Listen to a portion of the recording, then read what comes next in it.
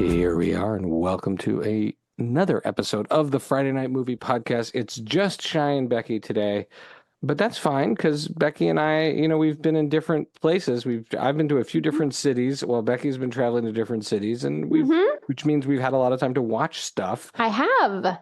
And I think let's just catch up on what we've been watching, unless you've got a funny story about Mom. I don't know if I have any.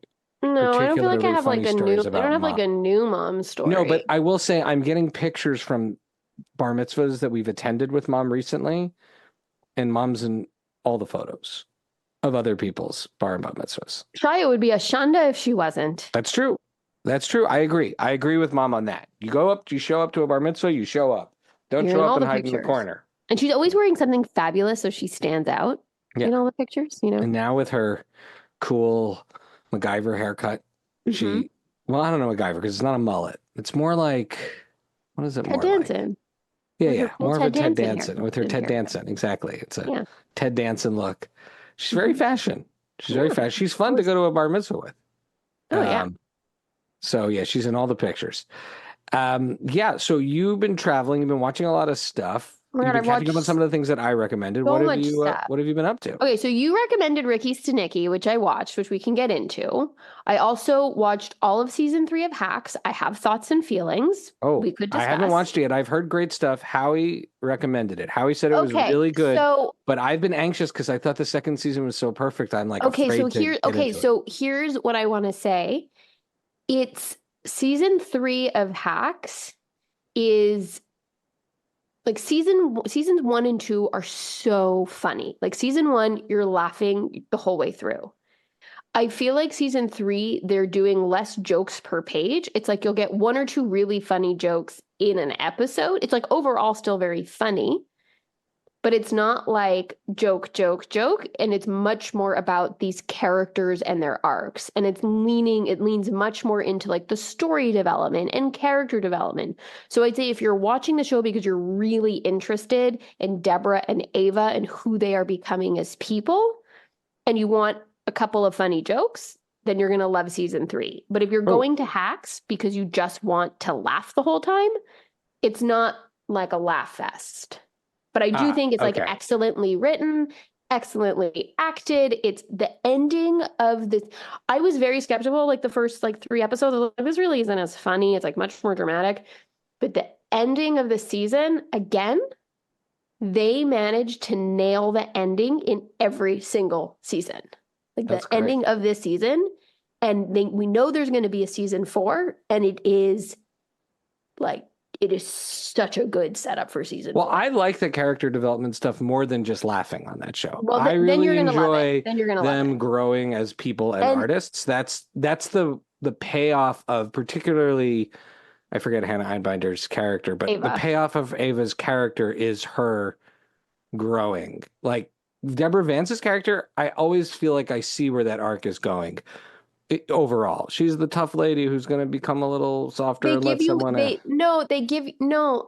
you a more depth and dimension to why she's the tough lady and what that actually, how that manifests.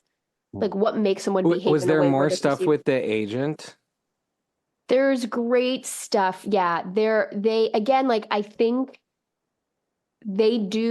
they really deliver on the character development. So like Ava is a very different person at the end of season 3 than she is at the beginning of season 1. Like her arc has really continued to develop, and it's very satisfying to watch because you're not watching somebody make the same mistakes over and over again.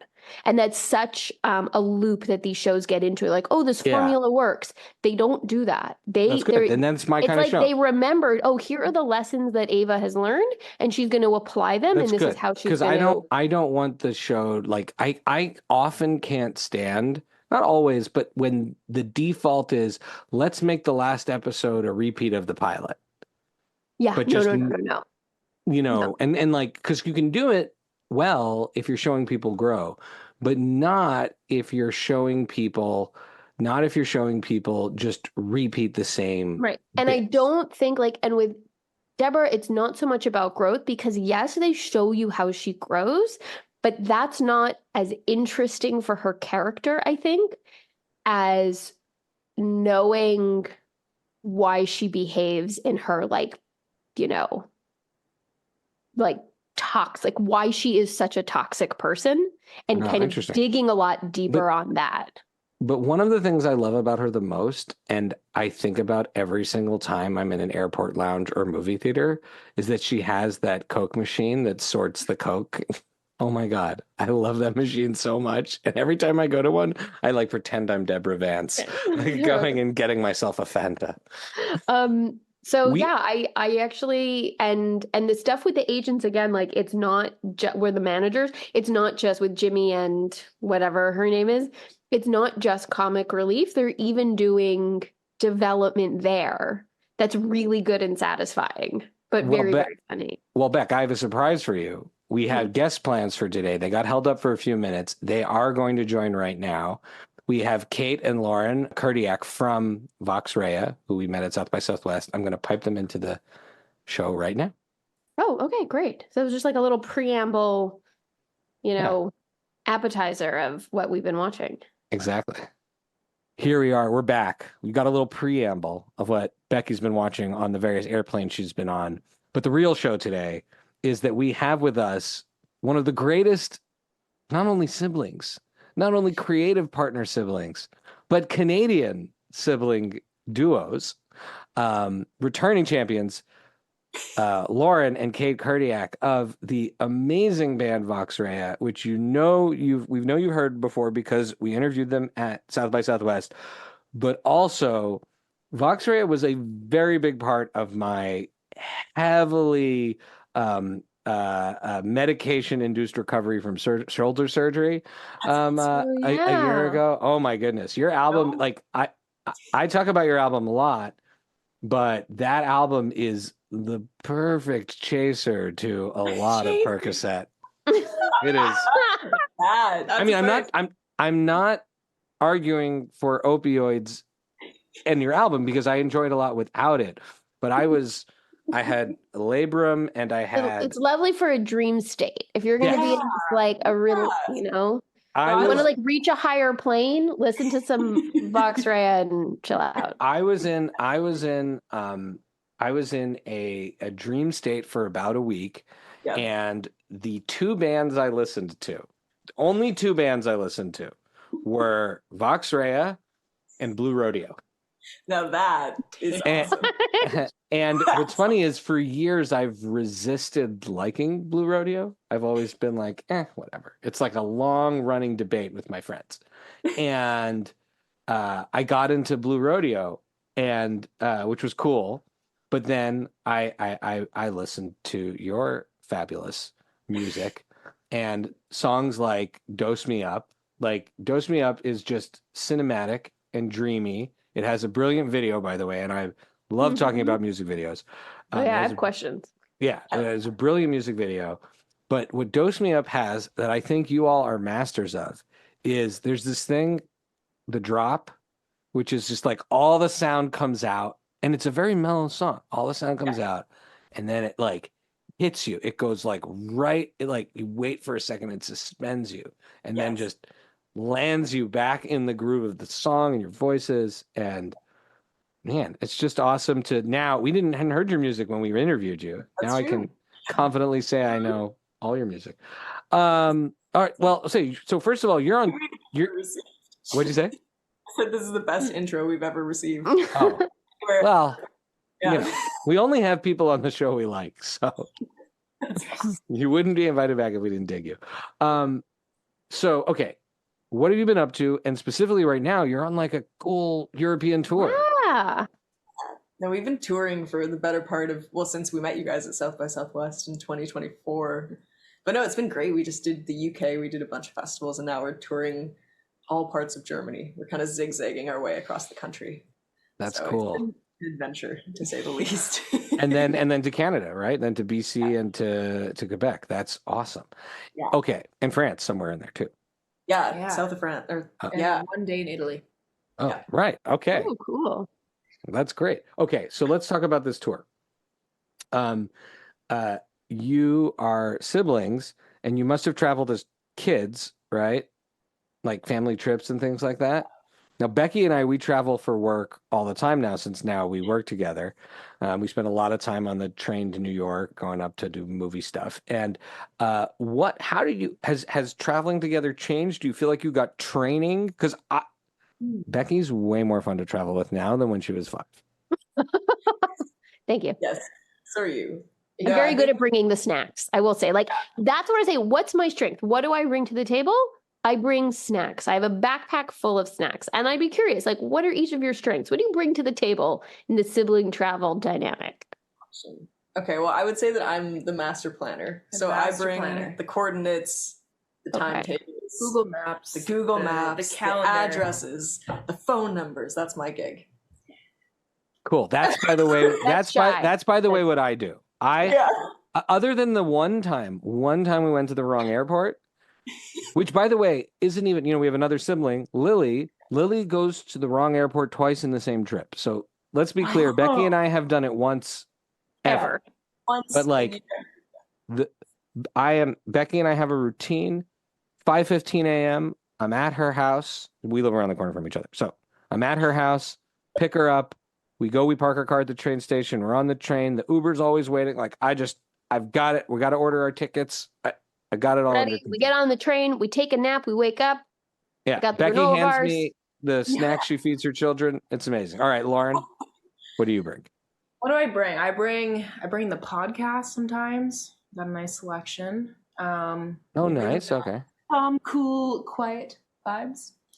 Now, do you share? No, that's very important. Do you share headphones when you travel? Like, do you listen to things together or watch a movie together on your thing? Or no, we used to have a splitter, but like I will recommend. We're all about recommendations. I listen to this. Maybe you want to listen to this too. So and then talk about it. We go into our happy places. Yeah, we're solo now. Yeah. Oh, okay. That's that. I mean, I think. You see, for me, I don't know how often it happens now, but like for me, if I'm sitting next to one of my siblings, if we have the same thing particularly on the TVs on the plane, like I get so excited, like let's push play at the same time, watch at the same time. We did do this, on our transcontinental but flight. We still like doing the cute. The little 1, 2, 3, go! It is the most romantic thing in the world. The tandem play on. All right, now very important to us. Yeah. What do you watch on the road? Yes, because sometimes I imagine it can get like daunting, and it's like, there's so much I could watch, and there's so much time, and then it's like, I'm just gonna scroll through YouTube videos. Like that's what happens to me a lot of the time. We watched some great movies on the plane. Like we watched Poor Things, which I'm obsessed with. That was crazy. Yeah, I really liked that movie. Just so you know, and I don't want to pretend, I'm notorious on this podcast for having it being one of the 3 movies I've ever walked out of. And no way. At South by this year, one of the directors we were interviewing her, she's awesome. Yeah. First thing out of her mouth on the podcast is, so we have beef about Poor Things. I listened to your show. So Lily loved it. I walked out of it. And I haven't seen it yet, so I can remain impartial. So what was the moment that you walked out? It wasn't a specific moment. I walked out right after the fight in the boat. It was just my wife and I just kept looking at each other like, what the fuck is this? And then it was also, how much longer is this? And there was like an hour and 40 minutes left at that point. And the only time I've ever done this, I'm looking it up on Wikipedia and I want to see if I want to sit through the rest of this. I read the rest of the summary and I said, I'm out of here. Time is our most valuable resource. I don't normally do it. I respect Emma Stone, and B, objectively cool movie. I don't want to take away from the fact that it's a cool movie and the acting is great. But I just did not.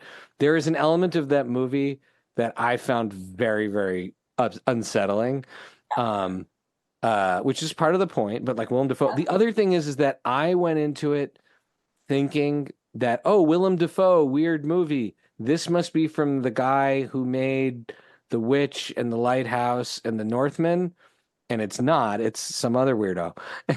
So I was like, this is way too colorful. This is strange. I don't know. Okay, so Poor Things you loved. That's awesome. And you're obsessed with. That's great. I was kind of passed out by then. So when you said boats, I'm like, I don't even know what happened in that movie. So anyway, but yeah, Saltburn. Any opinions? Have you seen that one? Saltburn, super gross. I gagged a lot during that movie. I gagged so hard.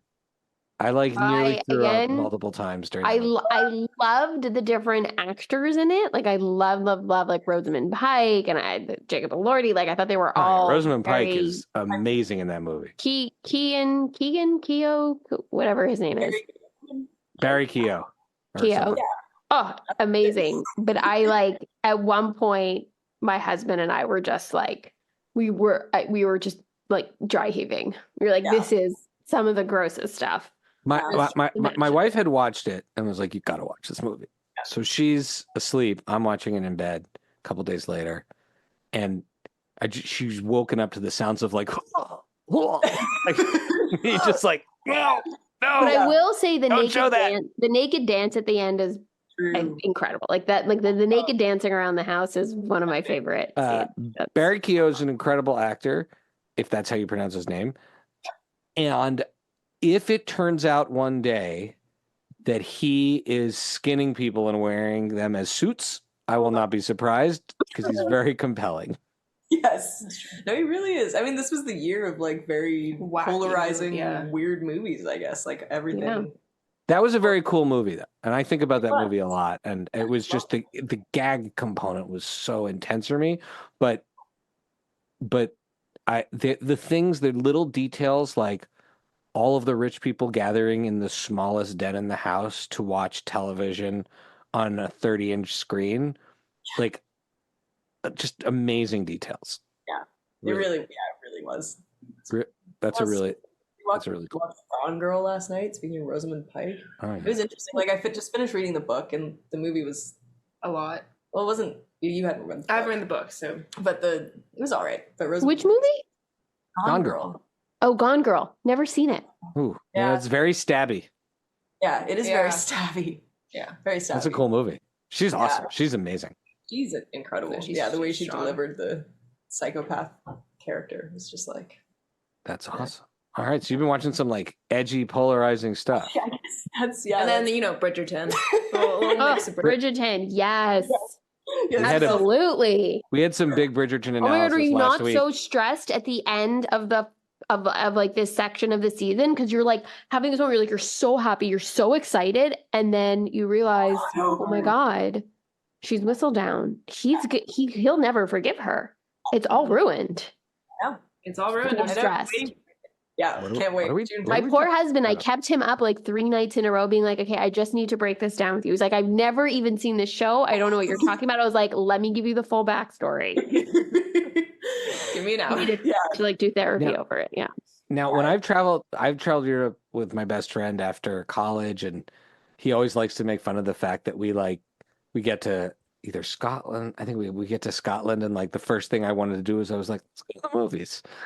Like went to see like Spider-Man that's how long ago it was. Went to see like Spider-Man movies. Do you ever go to like a German movie theater or? We tried. We should have gone and just seen it in German, but we tried to go in Berlin once, and we just showed up and we're like, any English? And they were like, get the hell out of here. Oh wow! Wow. I mean, Poor Things in German would be amazing. We should have just done it. Yeah, true for the experience. Yeah. How long are you on the road now? We have another 2.5 weeks, but it's been like it's a total of 8. It's a long tour. Okay, so let's make sure you're on the road for a total of 8 weeks, and just like showing up and saying, "Oh, let's just like go to a movie." Like I can't explore anymore. Yeah. Do you ever just also show up and you're like, I just like need some McDonald's, or like I need something that's like a known comfort food that's like I can't do local cuisine right now. No more. I'm not up for the currywurst, although I love currywurst. Well, exactly. No, yes. We have honestly today would have been the day for that because we went to like an American style restaurant in Germany. Mm-hmm. It's like a music diner. That's amazing. That's like Elvis and the Beatles left over. On the screens. I find that with breakfast too. Like sometimes I get a hankering for like American style brunch. You know, like bacon and eggs. Yeah, because in Europe you could be getting like a lot of beans and cabbage and stuff or whatever they're serving. Yeah.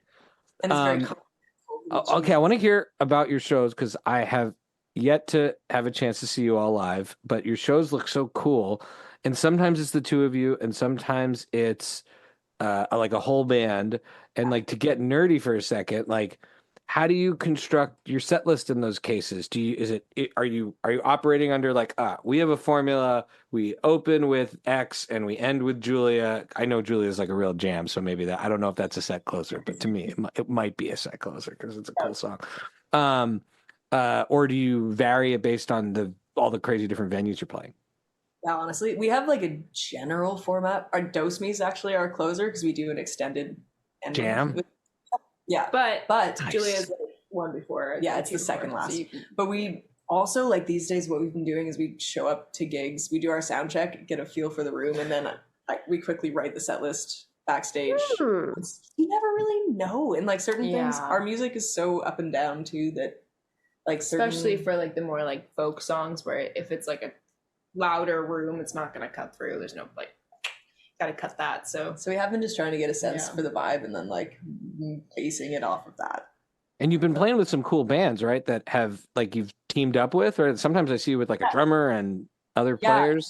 It's been amazing. So fun, like we had them for our whole UK run. Yeah, we brought the boys and it was epic. And it's a very different show. Like we do sort of an acoustic electro thing as a duo, which is fun, but it's like that you can't beat, drums and electric guitar solos and extra harmony.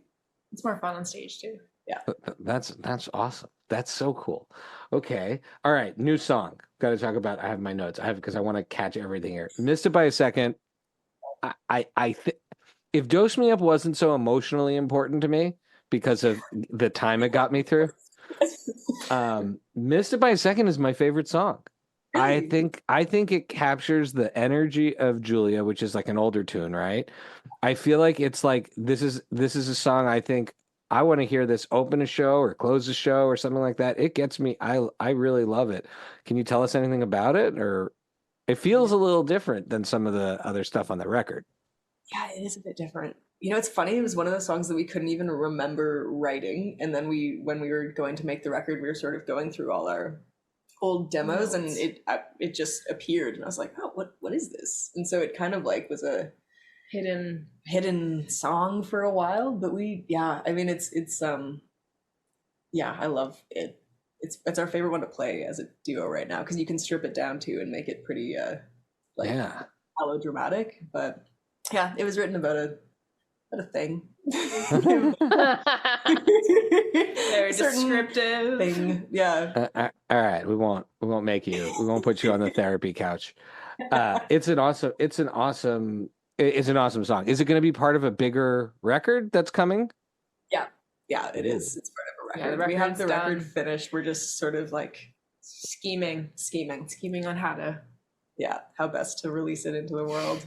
That's cool. That's such a dilemma for everyone these days, right? One by one. Well, as a standalone, it's just a terrific single. It's awesome. But I hope. And then you had Magazine Man before that, which was also great. Yeah, it was also like a weird standalone song. But no, I'm stoked. Like the record's a bit more in the vein of Missed It by a Second, so it's like a little more upbeat and sparkly, and I'm excited. That's nice. Well, we're excited to have you. Hopefully you'll come to DC. You can play in my house if you want. I'm just saying, we throw killer house shows in my house. I've got lights. I've got monitors, PA system. I don't know how many SM58s. Yeah, I've got at least 100 people to invite. Yeah, that would be sick. Done. Yeah, it's on we'll the plan tour it. Next time we do the States, we'll make sure we come. All right, that's awesome. You got to come. That'll be great. Okay, now we got to play some games with you because we love your opinions are so good. This is one of the things we love about having you is that you just all right. Okay. Our signature game is called Buy Rent Meh. And it's a ranking system. You buy something. This is a visual aid, by the way, because I don't know generally. You're definitely younger than us, so I don't know if generationally all these references are going to make sense. So they really might not try. So the highest ranking is buy. Rent comes second, and then meh. You can actually kind of define how you want what you want meh to be. It can actually become your second. It can become your first. Really, just how do you use your meh? No, the meh is the third in the ranking, but it doesn't mean that you dislike something. It could just mean it's not important to you, or it's not in your algorithm, or you've never heard of it, so there's no relevance, you know? Yeah, or it could mean that you don't like something. You could just be like, you could have a strong meh. Okay. Yeah, and you're allowed to at some point also pull out a bleh. That's like you get one a year. But the bleh only has one meaning, and it means bleh. And that's bleh is a very strong meaning. Okay, so okay. The first category comes with the visual aid, and this is famous Canadian siblings. Okay. And I'm going to show you. This took a lot of research, actually, because there were some really weird things that were suggested to us. Okay. So here we have 3 pictures of Canadian siblings. We have on our top left here, Bret and Owen Hart, the famous wrestlers from Calgary. Owen Hart, rest in peace, died in a tragic accident. Then we have Alanis and Wade Morissette, who I had never heard of before this, but there's Alanis and Wade Morissette. And then we have a couple of Wainwrights. We have Rufus and Martha, I think, here, but there's like Lucy too. There's like a lot of Wainwrights. But siblings. So of these Canadian siblings, how would you order them? Okay. I mean, Alanis. We're gonna buy that. We're gonna buy that. We're gonna buy Alanis. That's cool. Love Alanis. Yeah, cool. Love Alanis. I mean, I feel like rent the boxers because of their fancy outfits. Wrestlers. They're wrestlers. They're professional wrestlers. They're not boxers. I'm a musician, man. I don't know anything. I mean, but they're Western Canada. I want to say hockey players, short-term contracts. I like their fancy tights. Okay. Yeah. And the Wainwrights. I mean, are we allowed to double rent, or do we have to mess someone? I mean, if Lily were here, she'll be like, don't play by any of these rules that Shy gives you. She's like, ignore all of them. So you can do whatever you want. You can rent the Wainwrights. Do whatever you want. Yeah, that's right. There's 2 of us. There's 2 of us. Yeah. You know? Oh yeah. Okay, yeah. So you have a lot to spread. All right, cool. All right. I love that you like the tights. And I agree with I agree with Alanis, by the way. I love Alanis Morissette. Okay, but I just want to say I love Alanis, but if we're doing it as sibling duos, I would buy the Wainwrights because I'm familiar with both Rufus and Martha. I've never heard of this Wade character before. That's true. That's a good point. They're twins, though, which is a fun fact. Oh, true, you're right. They're twins, so it's like you are not half of you her. You are not twins. You are different ages. One of you is not twins. It's Kate. Kate, you're the older with the logistics. Okay, I respect that. That's the logistics. Yeah. That's how you know. Yeah. Never met a sibling duo that operated any differently. It's always. All right. And now, I made a list of fake musical siblings. Okay. So these are not fictional, real, not fake, fictional. These are fictional, and even then, like, it was pretty hard to find ones that were interesting because I had a couple right away, and then the third one was. Oh no, you're right, fake, not fictional. They're fake siblings. These are fake siblings. Just kidding, they're fake siblings. So we have the Ramones. Yep. Who I have, if you can see, I don't know if you see behind me, but I have a cool picture of the Ramones that was taken by a friend of mine when he was an 80s rock photographer. So the Ramones. Yep. You have Jack and Meg White. That's like the creepiest fake sibling relationship. Weird. Like I just and then the best I could think of after that was the Von Trapps, but they were real siblings in real life. But in the movie, right, the people who sang in the movie are not really siblings. Those are all actors. So that was the best I could do. There were some other fake ones, but I hadn't heard of them, so I didn't want to. And the Doobie Brothers aren't pretending to be brothers, unfortunately. And the Blues Brothers are playing characters that are brothers. I don't know. But maybe Blues Brothers would have been better. Either way, I had 2 good fake siblings. Yeah, those were 2 great ones. Okay, go for it. I mean, The Sound of Music is our collective favorite movie. It's a guilty. So the reason why I picked them is that I was like, I bet Lauren and Kate love. We do. Yeah. I was like, Hills Are Alive as we hiked yesterday. Like a couple of sims. It's true though. Yeah, no, we love The Sound of Music. Yeah, I mean that movie's amazing. It's amazing. It makes me cry every time. Yeah, I used to think Rolf was the hot one. I was so wrong. It's the captain. I mean, I saw it when I was a kid, so I didn't, but like as an adult, I watched it and I'm like, yeah, Liesl is a pretty lady. Well, yeah, Liesl's gorgeous, and Julie Andrews is a queen, and the music. Julie Andrews, like, what a quadruple threat! I mean, she's amazing in that. She can do no wrong in my eyes. Yeah. She's just like such a great actor, such a great singer. Yeah, so that is that's a buy just because of our emotional attachment to it. From childhood. But yeah, then we'll have to rent them, I guess. We'll have to rent. And then Jack. I know. And then are they married? Like, do we know? They were married. They were They're married. not married now. They're divorced. But they were married pretending to be siblings. That's so. Like, why would you do that? Isn't that so weird? Now, what happens to me and Becky and my wife when we all did South by Southwest together this year, and then the previous year my wife and I did it together, and so I always had to introduce people. 2 years ago. It was the year before we met you. First it was you and Allie, then it was you and me, and then the three of us went together. And then I have to go around explaining to people. Well, we're also, when Shy and I travel a lot for work together, and it's just the two of us, and it's like, hi, I'm, this is Shy and Becky Corman, and the first thing we have to say is, we're siblings, not married. It's like the way, it's like, my name is Shy, and this is my sister Becky, we're not married. Because people just assume. We were at a party, and this dude comes up to us. This was at South by Southwest 2 years ago. Dude comes up to us and says, "Whoa, you know those people that start to look like their dogs? You look like one of those couples where the people look alike." And we're like, "Yeah, gross, because we're related." Oh, yuck. Oh, man. Yeah, that's... Yuck.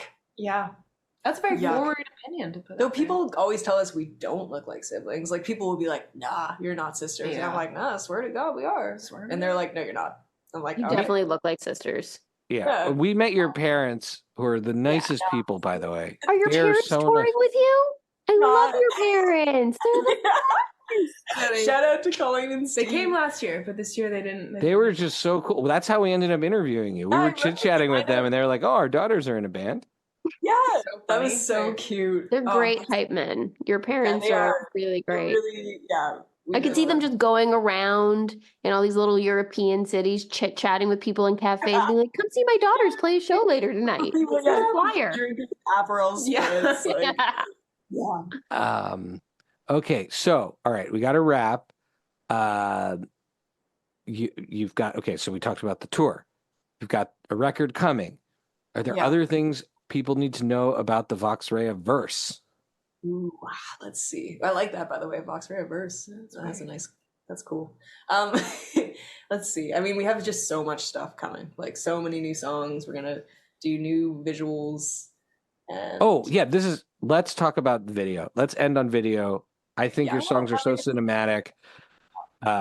Dose Me Up is a beautiful video. But it's also, I feel like it's got like Alice in Wonderland vibes. Is that right? I mean, it does not look like it was easy to shoot with the underwater stuff. Like, it's so beautiful. In the cake, did you have to wash your hands between takes, or is that just like a oneer, as they say in the business? What the funny thing about that video is that it ended up being like a COVID project. So we did it all like with our family. Our parents helped us, and then our videographer friend. But it was like very much a low budget.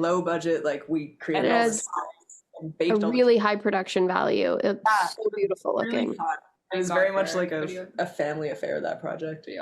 So did you two direct it yourselves then? Kind of direct in tandem with our videographer. Yes, we'll like tell him. Well, just a testament to your artistry. So it was very fun. I mean, it was just fun to create. And he's awesome. He's so willing to experiment in any weird direction. What's the name of your videographer who shot it? Lon Gross. He's incredible. But he used a GoPro for that underwater. So it's crazy how it's crazy how DIY you could be. GoPro actually could. But we did learn like very quickly that when you're wearing clothes in the water, it feels like you're drowning. Yes. Yeah. Jeez. Yeah. So I hope there was someone out of the water there to pull you out. Water safety, very important. Yep, water safety first. No, we like that. But it was really fun to film just because it was so hands on, and it was Will there be a video for Missed It by a Second? That's a good question. We made like a short little clip for it, but not a full video. Do you have a concept for a video? Like, do you have like a... Yeah, we always have concepts for videos. It's just we should probably think about it. Yeah. That song is worthy of a video. That's cool. I mean, yeah, and it'd be nice to kind of like tease it what it's about without actually telling anybody. Oh, cool. Yeah, no, that song's killer. All right, the band is Vox Rea. The siblings are Lauren and Kate, or Kate and Lauren Kurdyak. They're on tour. Their music's great. People should listen to them. That's my recommendation for the week. But do you have any other recommendations, Lauren and Kate, for people to check out, music or movies or TV? Beck, you already talked about Hacks season 3. I'm watching, by the way, Monarch: Legacy of Monsters, which I'm like weirdly into the MonsterVerse movies. They take me a long time to watch, but this is like Godzilla and Godzilla versus King Kong and all of that. No, thank you. No, thank you. But Monarch: Legacy of Monsters, which is on Apple TV, has Anna Sawai, who was in Shogun and is amazing, and she's like the lead. And it also has Wyatt Russell and Kurt Russell playing the same character in different eras. So come on. Our movie night for tonight. Well, no, it's a very like complicated sci-fi TV show. It's not a one night thing. It's taking me a long time to watch. All right, it's dense. That's not my like. If you want to watch something tonight, watch The Fall Guy. That's really super fun movie. Writing that down in my brain. The Fall Guy was pure fun. Fall Guy, and then I recommend, it's coming out at the end of the week, Hitman, which is going to be coming out on Netflix. Which we went to go see it in the theaters, which I thought was just adorable. Hitman. That's coming out, I think, on this weekend. That's perfect. The 7th is Friday. It's probably coming out on Friday. That's brilliant. So The Fall Guy is like a perfect Gosling popcorn movie. I would say perfect. Well, for the TV show 1984. Oh, 1899. Oh, 1899. That was like one of the craziest TV shows I watched in the last year. It's 1899. It's called 1899. It's on Netflix, but it's by these two German creators, and it's just like this crazy kind of Inception style mystery. Ooh, very good. It's set on like a ship in the 1800s. Yes, I love all those things. Mysteries. I like dramas on a ship. It's so good, and nobody ever talked about it. But it's also like the trick is to not translate it. Like it's meant to have all these different languages in it because certain characters are supposed to know things, and like there's a reason why they speak in German or in whatever. Like Italian is to keep it from other characters, so don't change. Subtitle it. I'll leave it in its original language. Is what I should do. Yeah, because you're meant to not know things at certain times. Got it. That's awesome. Yeah, that's rad. It's very cool. Anyway, I'm very excited. I love a mystery.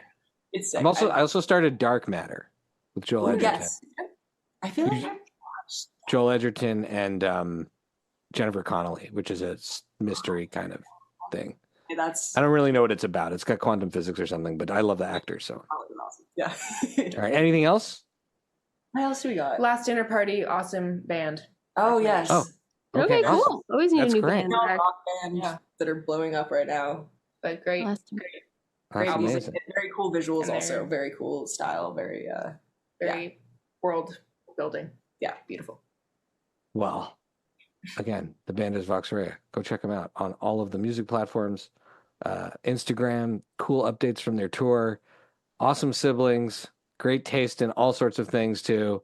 We wish you such an exciting rest of the tour, and we're so psyched that we got to have you back on the show. Thank you guys so much for having us. Our favorite siblings. Yes.